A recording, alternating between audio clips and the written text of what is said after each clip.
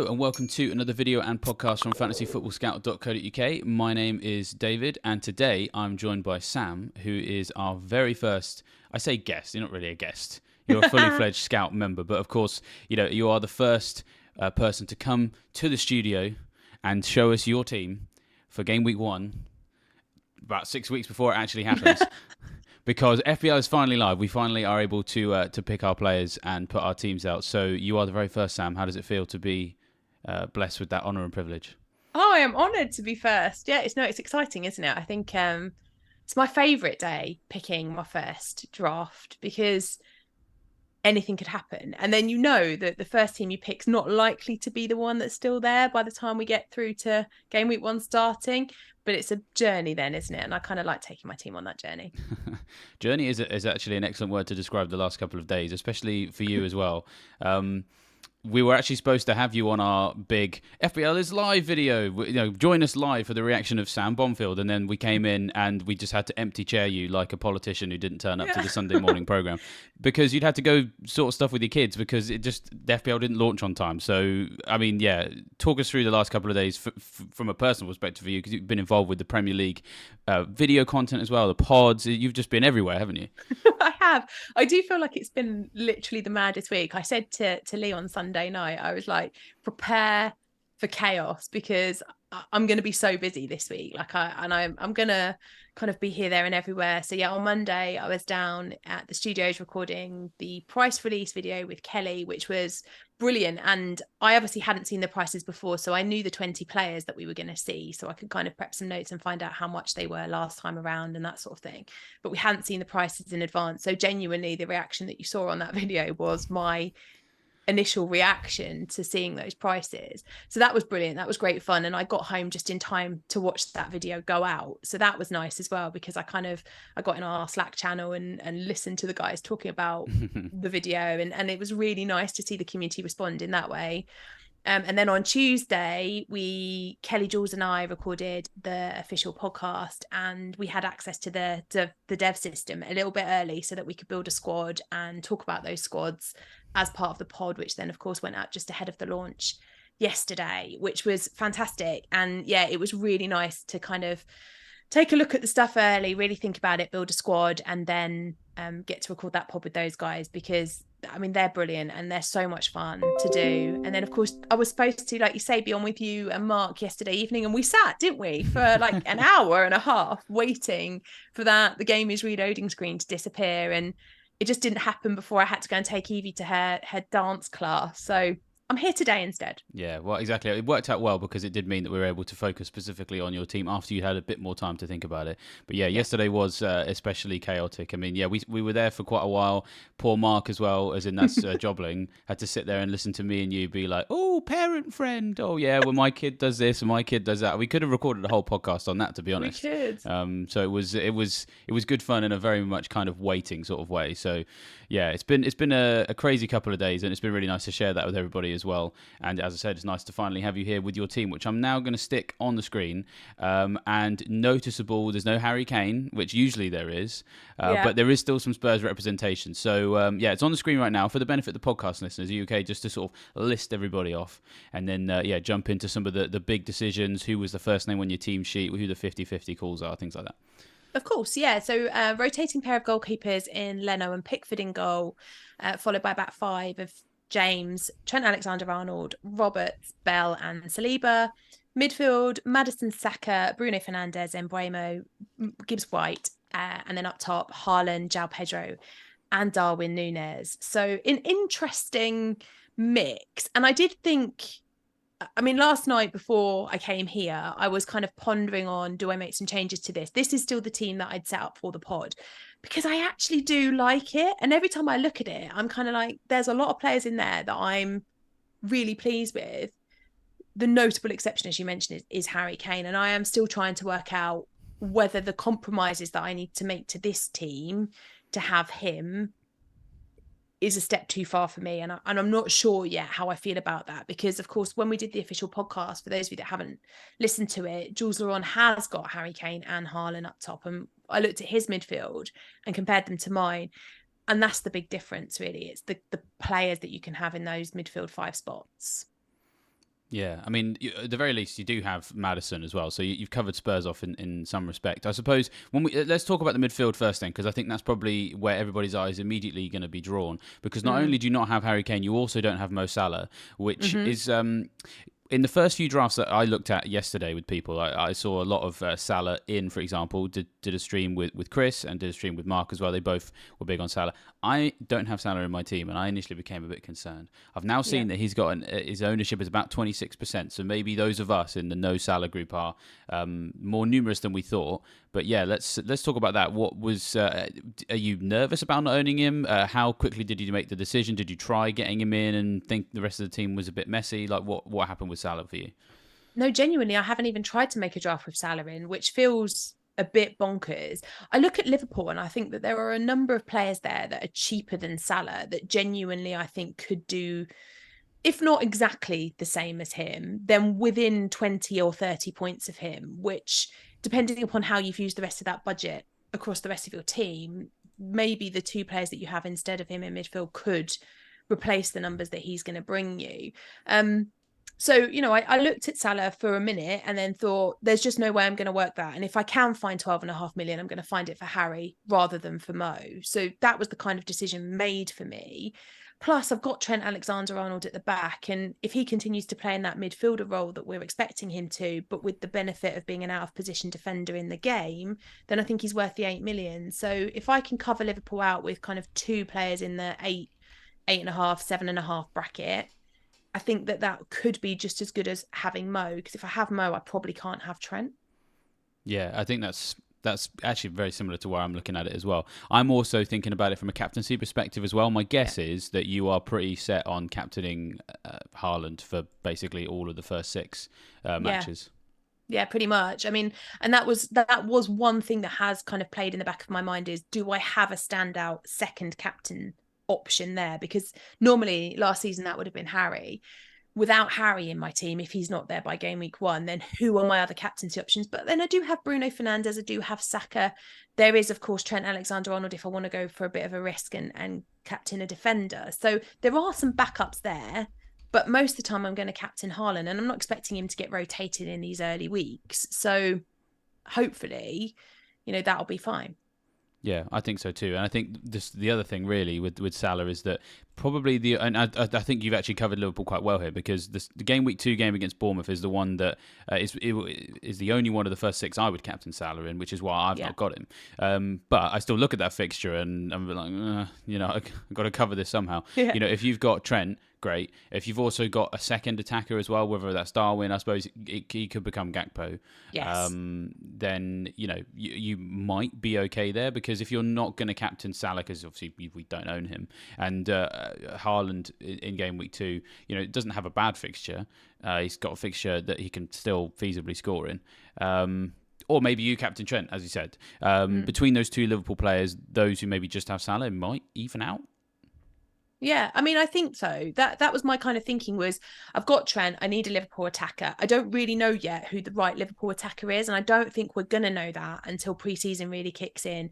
Who's getting the start up top? Is it Darwin? Is it Gakpo? Are we getting the best out of Luis Diaz this time around? Should we be thinking about Jota now that he's a midfielder? There's so many questions for me about those Liverpool attacking assets that I've put Darwin in there as a bit of a placeholder. I like the 7.5 million bracket for that forward spot.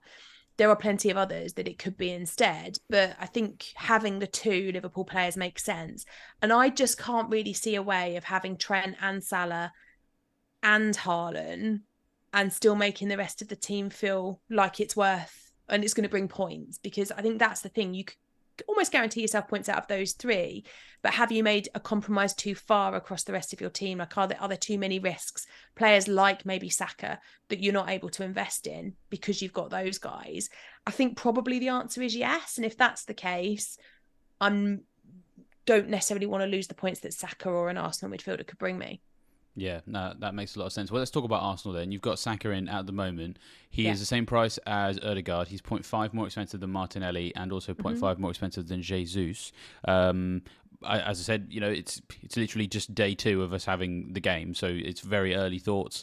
But what made you go with Saka over the others, and how open are you to going with the others outside of those four just mentioned there? And I suppose I keep mentioning him. There's Havertz at 7.5 as well. And I know no one's really going to own him, and I probably won't either. But there's options at Arsenal. So yeah, talk us through your thinking with them.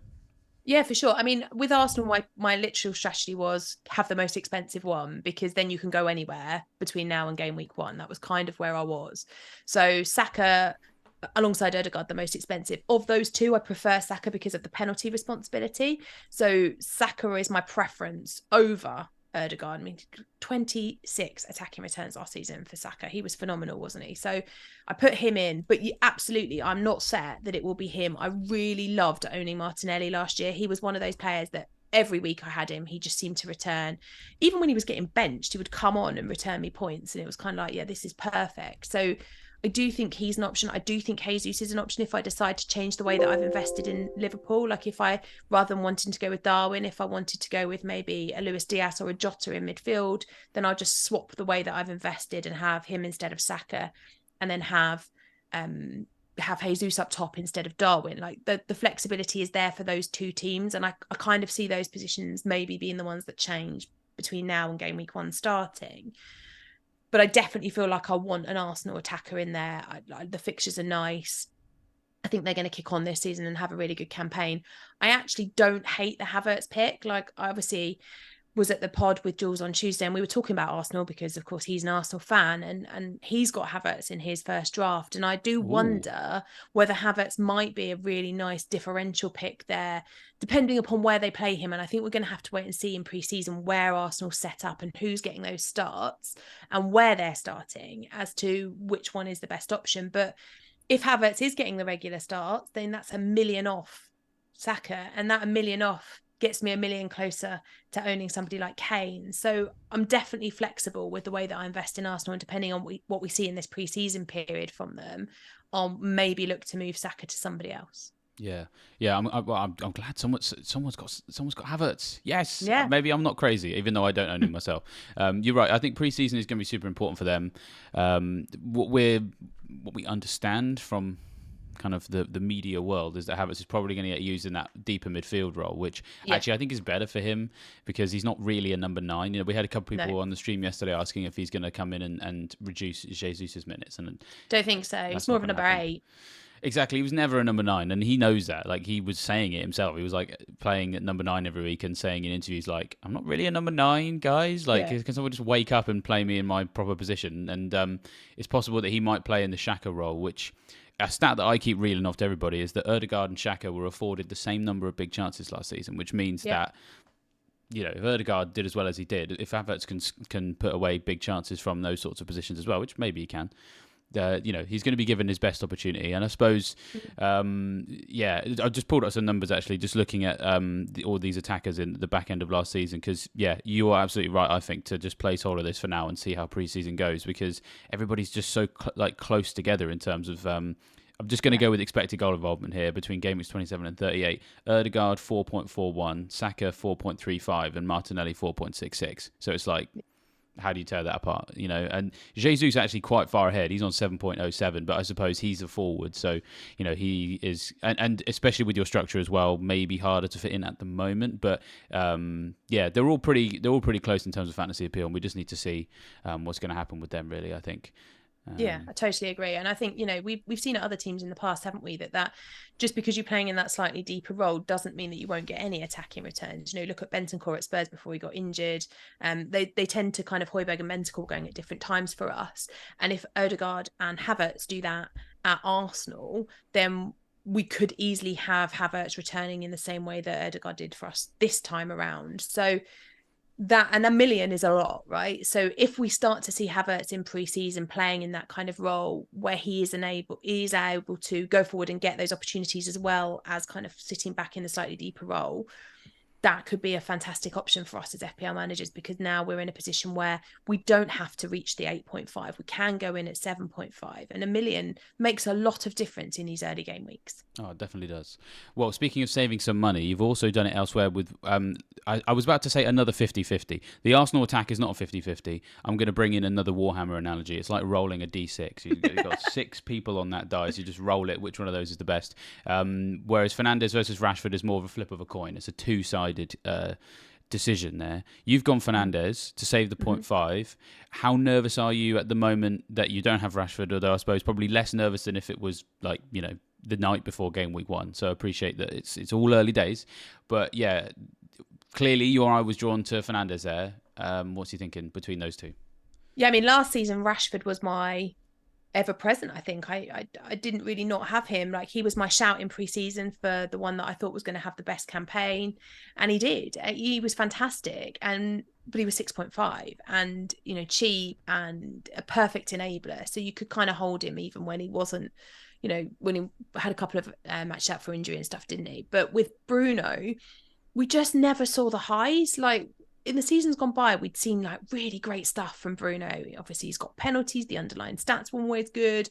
His abilities from set pieces, just everything about Bruno made him investable. And I remember looking this time last year at Bruno versus Rashford and kind of going, well, I want to be invested in Manchester United, but how? And how much am I going to spend? And I did believe that Rashford was wrongly priced last year and he was too cheap and that he'd have a good campaign. And he did.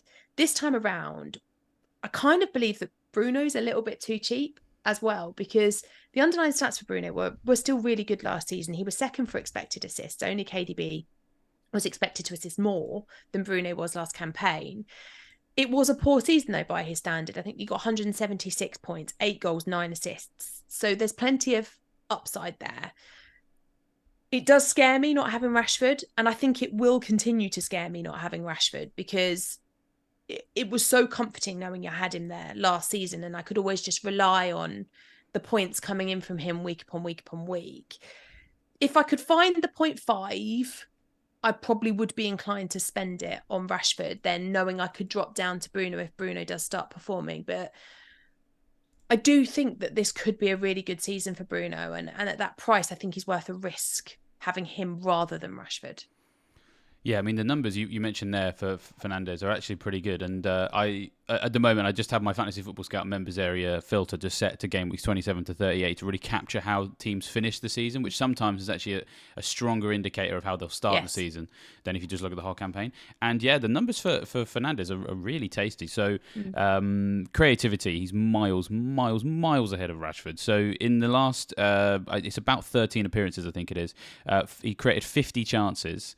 14 of those were big. That was the most of anyone in the league in terms of big chances created. It was actually double that of the 4 players who were joint third for that stat. So he's just miles ahead for creativity. And then in terms of shots, they're different types of players, right? I mean, we know this. Rashford is in effect really a forward. He's a centre forward, born and bred, either a wide forward or a centre forward, something like that. So all his efforts were in the box. So it's things like 25 shots in the box, 13 big chances, 18 on target. Fernandes was 18 in the box, so obviously 7 fewer. 5 big chances to 8 fewer there. But still 16 shots on target, so only 2 fewer, because he obviously can do very well with shots from distance. And what that all pushes into in terms of the expected goal involvement was that in that period, and now Rashford did play slightly fewer minutes, but the gap here is pretty big. So Rashford had an expected goal involvement of 5.73, whereas Fernandes had 8.17, and it's really that assist potential that really bulks up his appeal compared to Rashford, because Rashford is just all about the goals. Fernandes can offer some goals and loads of assists, and actually on balance that probably puts them in a similar position in terms of value, especially when you factor in the 0.5. I think that maybe ownership might potentially tilt a few of us in one direction, maybe when we're all at Fest or something like that. And so just to update people at the moment, Rashford is the one who has more owners right now. So he's in 35.4% of teams and Fernandes is in 23.9% of teams. And to be honest, it's probably a more useful indicator of engaged managers today, because we're on day 2, when I know that my dad won't set his team up until literally the morning of Fest. I'm not competing with my dad. He's like in the conference or the National League or whatever it's called now. If you're competing with other high-level managers, those numbers are probably more accurate to what with those numbers. Are you surprised by that? Are you nervous? Like, what's your view on terms of like, do you think ownership will eventually tilt you in one direction?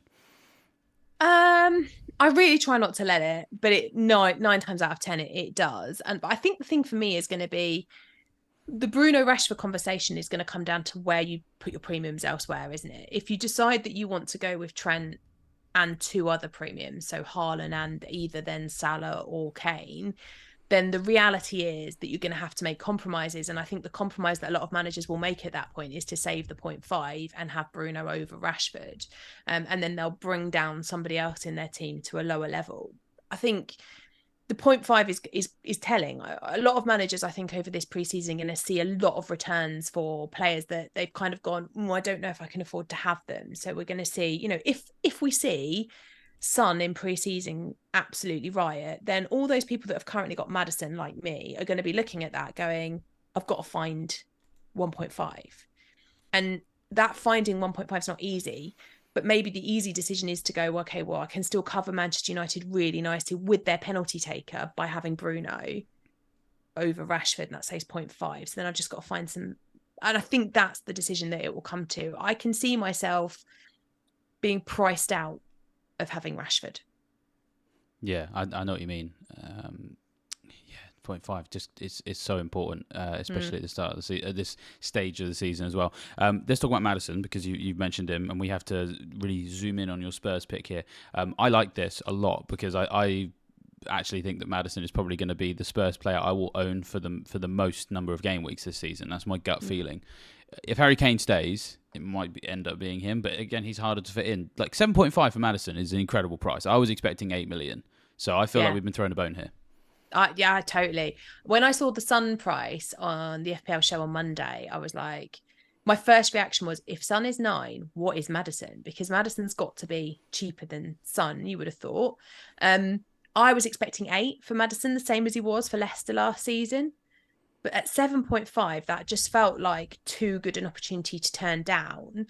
I think, if Kane stays, which obviously I hope that he does, then you've got Maddison firing free kicks at Kane, which feels like the absolute dream as a Spurs fan, but also as an FPL manager, because we haven't really had somebody like Maddison in the Spurs team since we had Eriksen.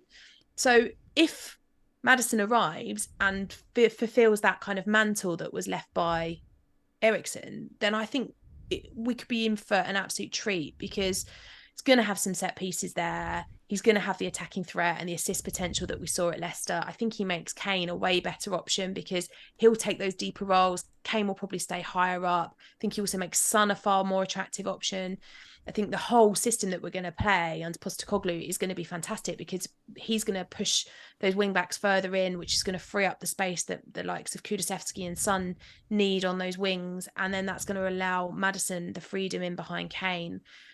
I think Maddison's really nice. He's a really, really nice price. And if you are looking to invest in Spurs, particularly for those opening game weeks where the fixtures are nice for us, I think he's the way to go. Yeah, he looks so good. I mean, there's some stats on him that I can't wait to see him play for Spurs. I really can't, because Me too. Well, yeah, I was going to say, yeah, literally sat there wearing the shirt.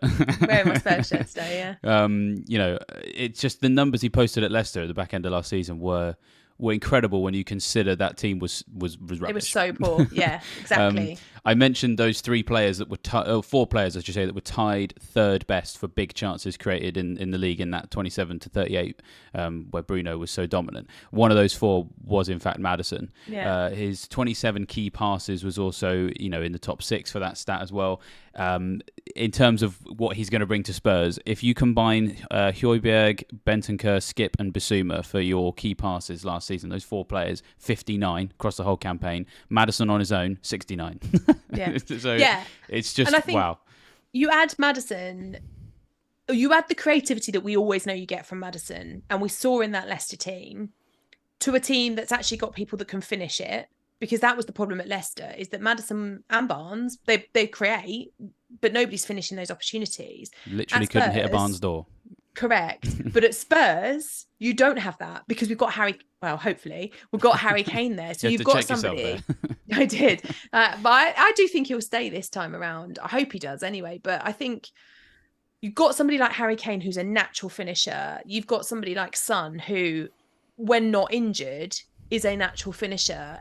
You can create opportunities for those people. Kulusevski was fantastic when he first arrived for us, had a bit of an off year last year, but then all of Spurs had an off year last year with the exception of Kane. So let's not kind of beat Kulusevski up over it. I think the three of them up top with Maddison, to me, as a Spurs fan, that's so exciting. It feels like we also don't have European football as well, right? So we're not going to have this tiredness, middle of the week, 2 games a week every week thing. Like we've just got full focus on the league until the FA Cup and the League Cup start. So I am super excited about James Maddison. Genuinely, when I was building this, I always put the premiums in first. So I'd put in Haaland and I'd put in Trent. And then I put the goalies in because I knew who I wanted in goal. And then I put Maddison in because I was like, this feels like a gift to me. Yeah, it's like, well, we described yesterday as Christmas Day, so he was the present. He's my big present. Under the tree. Yeah, it's your equivalent of like the new PS5. But yeah, exactly. But Lee managed to find it like on Wish, and so only paid a Wish price, even though it's the real thing. So yeah, and he had to pay 40 million for it as well, and it was like an absolute steal. Yeah, it's really good. Well, I just want to talk to you actually about their fixtures before we finish on Spurs, because you've obviously got him in now. My current plan had been to placehold for Maddison.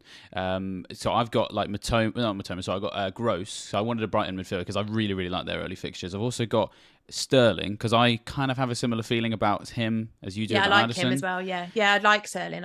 He's one I would have really liked in here, but I couldn't quite find a space for him. Yeah, I mean, and I couldn't find a space for Maddison, so we're kind of like both sides of we're different sides of the same coin. I think in terms of like getting in there on what we perceive to be the game week 3 bandwagons, because that's what I want to talk to you about in terms of Spurs fixtures. Because the reason I didn't go with them for the first 2 is because I wanted to see how you guys got on away at Brentford, which is not an easy fixture these days. Home against Man United, again, same really, but then it's really game week 3, Bournemouth away, Burnley away, Sheffield United at home. Those 3 look really nice. Do you fancy Spurs chance? Well, I mean, of course you do. You kind of, all the Spurs fan base is listening to this, so, you don't want to do them dirty, but like, do you also feel like there's an advantage to getting him now when you look at those fixtures? There is a big turn in game week 3.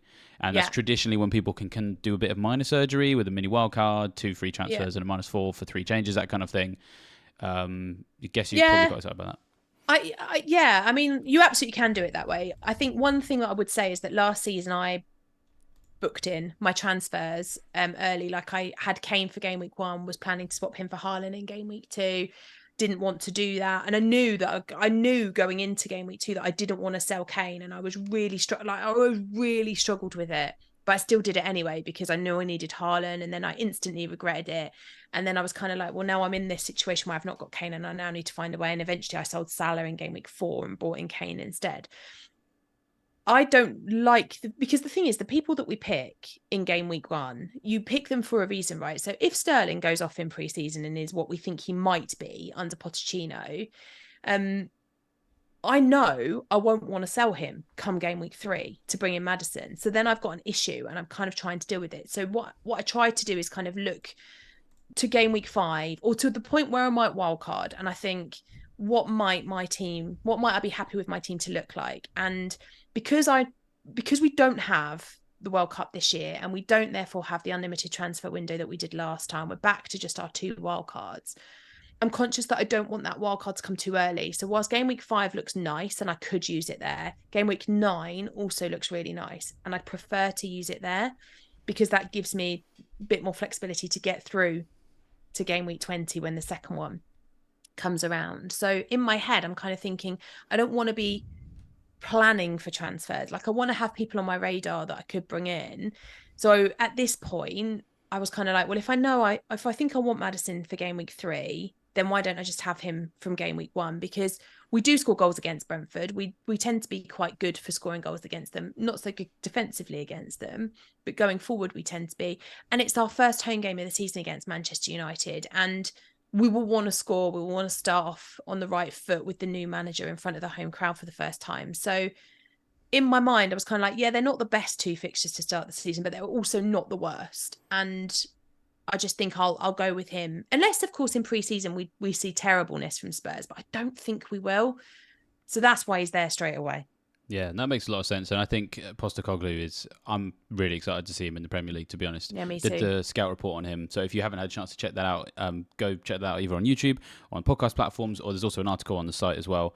He's just so one-dimensional in the best way. Like, he's like so wedded to attacking football to the extent that he even compared it to a hungry vegetarian doesn't go and eat at McDonald's. Like, you just stick to your principles, my friend, even if that's attacking football. So I'm also looking forward to the one-liners as well. So I'm so excited. I'm so excited about him. And yeah, I do think, you couldn't ask for a better first-home fixture against Man United, because if you win that game, I wouldn't be shocked. And you win it 5-4 because Postecoglou just likes chaos football. It's going to be incredible. So it's going to be a great time to be a Spurs fan, I think. Yeah, well, especially after all that, sideways passing and turgid sticking everyone behind the ball. Like, this is your time. So it's, enjoy it. Enjoy it. I'm going to. Yeah. Well, I've got the fixtures on the screen at the moment, and I'm going to stick there because I'm then going to come back to your team, because I want to talk about Nottingham Forest, because their fixtures at the start of the season are horrendous. They've got Arsenal away game week 1, Sheffield United at home game week 2, that's a nice one. But then United away game week 3, Chelsea away game week 4, Burnley at home game week 5, Man City away game week 6. So they've got 2 really nice home fixtures. They've got 4 pretty much the worst 4 away matches you're going to get all season. Like, it isn't going to get worse than that. And they were the worst team away from home last season. So, not that I'm trying to character assassinate your team, I would really like to understand why Gibbs White is there. So they're very good points. And Gibbs White, I love the price. I actually loved the price of him. 12 assists last time around. Only 3 players got more than that. And he had the same number of attacking returns last season as Bruno Fernandes did now. So he's there because I think at Nottingham Forest, he is the best player. And I also think he's in a really, really attractive price point. But he's also there as a placeholder, because my feeling is with this team, if I'm not going to have a premium in the midfield, I wanted to have good price points across the midfield so that I could be as flexible as possible as we started to see teams, that do well, surprisingly well. Like last year, of course, it was Brighton, wasn't it? And we were kind of like, when De Zerbi arrived, we were like, right, we've all got to get Brighton. But it was easy because they were cheaply priced. Whereas I look at the teams this year and I think there is a few there that I think I'm going to want to get to. Chelsea, predominantly. They're not that much more expensive than Brighton were, but they are in that kind of mid-price bracket. So my feeling very much with Gibbs White was that I didn't want a player that was kind of 5.5, because that felt limiting in terms of where I could go. Whereas Gibbs White at 6 felt like a nice placeholder in this team, because longer term, I do want him. And I think, as we get out of those fixtures that you just mentioned, I will look to go to him for sure, because I do think he's the best value for money pick at 6. But I think you're right in that for game week 1, well, for a while, the fixtures aren't great. So I'll be probably looking to just keep in that price point. I think that's where I am with him right now. I mean, that makes a lot of sense. Thank you, Sam. You've defended it aptly there. I'll let you off because price points are so important, and I think that it's some sort of thing that people sometimes forget when they build these drafts. Is that you have to look at how you're going to shift from one thing to another later down the line, and the best way to do that is to build in price points at the beginning so that you have that flexibility. So I think that's the way to look at it. Before we finish, let's have a quick look at your defence. We've kind of already talked about Trent, so I think we all sort of know why you've gone there. Talked about Liverpool. Reece James, 5.5, has done very, very, very well in the past. You talked about Chelsea as well. Kind of feel like there could be a bit of a bandwagon emerge with them. James is how you've decided to capitalise on it rather than a Sterling or a Mudryk or whatever. So you excited about having Reece James? So Reece James is one of those players that always trolls me every time. So I own him, he's terrible. I sell him, he's amazing. I bring him back in, he goes awful again or gets injured. It's constant. Like last season, he was great. I bought him in, he immediately got injured, and I was like, this is just a nightmare. So I often try and invest differently in Chelsea. Like last year, I went with Badia Shai for ages on that basis, because I was just like, I can't bring myself into this James category. There is Chilwell as well at the same price. I wanted a Chelsea defender because I know as a Spurs fan all too well how great they can be under Pochettino. So in my mind, I was like, I need one of these Chelsea boys to kind of be there. So it could yet be Chilwell. I haven't fully decided. I sort of trust Chilwell a little bit more. He's returned for me better in the past. But also, if you look at my defence, I wanted to go with the most expensive defender in the game and then one at every price point pretty much. So a 5.5, a 5, a 4.5 and a 4, because then I've got flexibility across the board. The only thing I don't have here is the 6.5 bracket, because the 6.5 bracket is difficult. I don't want Trippier for these opening fixtures because I don't like the Newcastle fixtures to start the season. I have thought about Botman at 4.5 just to bench him instead of Roberts. And maybe that's an option that covers me out for Newcastle when we get there, because I think this team is going to struggle to get to Trippier this season. Yeah. Although actually, I don't know. I don't think you have to necessarily worry too much about Trippier this year to begin with, because their fixtures aren't very nice, and then there's going to be European rotation as well. So actually, I think you're always going to have to make omissions somewhere. I mean, that is the nature of FPL, and I'm actually really happy with how the game's been priced this year, because I haven't got Salah, and you don't have Salah, so we've omitted the king, because we feel like we've had to, and so Trippier just being another one of those decisions. I think that on balance, that's going to be okay. I think when you look at what else you've got. And at the show, when Trippier came up, I said to Kelly when we came off air, I was like, I'm genuinely worried about this because I can't see how I'm going to get him in. We've got to get Haaland in, because obviously we'd seen that price. At that point, I hadn't seen Maddison's price, just had Son. So I was thinking, well, if Son's at 9, Kane's going to be somewhere in the 12.5 bracket, probably going to have Son with Haaland. I was already kind of doing the maths in the back of my head. And at that point, I was like, well, I don't like the Newcastle fixtures to start the season, so I'm not going for Trippier. But then when Newcastle released their prices and Botman was there at 4.5, I was like, actually, maybe I don't need to worry about Trippier anymore, because I can cover out the Newcastle defence by having him instead. Yeah, and it takes a while as well for the fixtures to get good. So if you've got Botman, wildcard territory. Either wildcard territory or just stick Botman at the bottom of your bench, waiting to come in when he's needed, because it will be a while. I suppose your guys who could also come in when needed at the moment are Roberts and Bell, the two newly promoted defenders. I mean, Bell, he was the first person in my draft when we got the price reveals, because it's starting defender, 4 million. I mean, everybody can see the Lundstrom shirt behind me. That's never moving. That's there forever. Never. I love a 4 million defender. Bell is currently on my radar.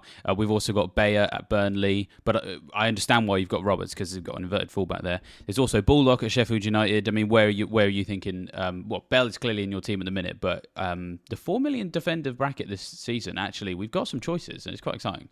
Yeah, definitely, because there could easily be 2 4.0s there, because we're going to get starting 4.0s, which is really nice. Like, I actually love the fact that the game hasn't priced any newly promoted player over 5.5 million. I love that, because it makes them so much more attractive. Like, suddenly I'm drawn to Sheffield United and Burnley and Luton in a way that maybe I wouldn't have been had they been priced in the same way that they were last year. Because even with the attackers, with the likes of Ndiaye and Morris, you're paying 0.5 less than we paid for the attacking newly promoted teams last year. Well, a whole million if you look at Mitrovic. So I think that the value that they offer is fantastic.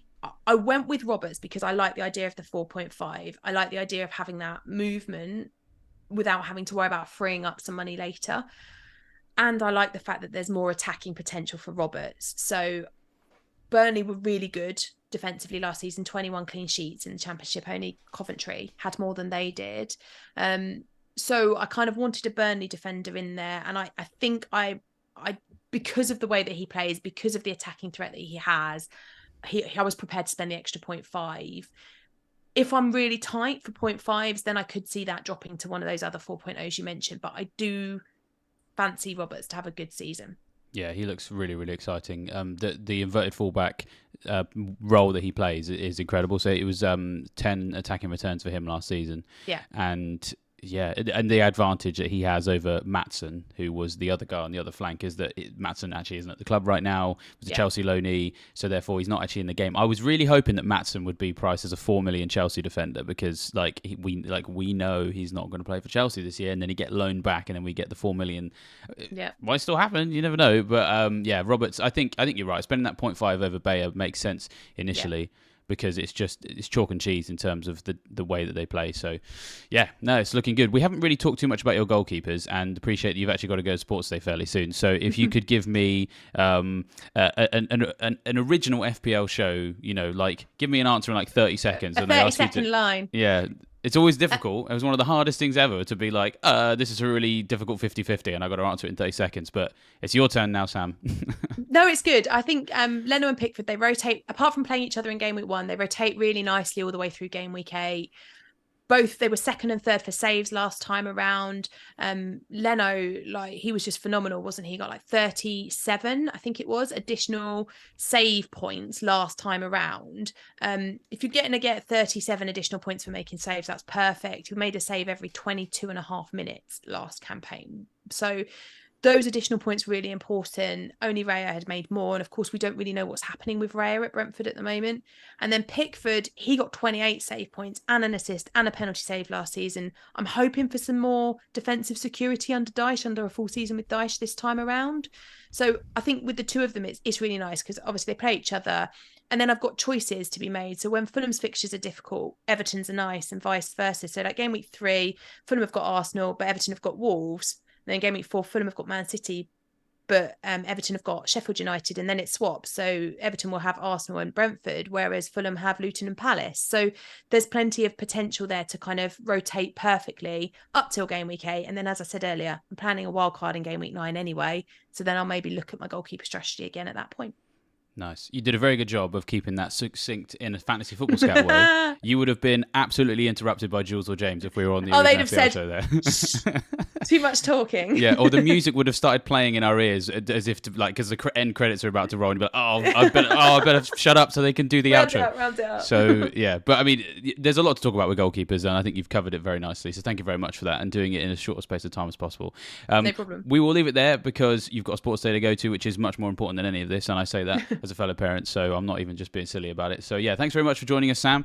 There'll be plenty more content for you guys to check out for the rest of the summer. Don't forget to like this video, subscribe to the channel, and hit that bell notification as well. We're going to have loads of team reveals in the next couple of days, including FPL General and Praz and many others. So stay tuned for that. And with that, I will leave you fine folks to either enjoy Sports Day with your kids or enjoy some more content. So we'll see you next time. Thanks, guys.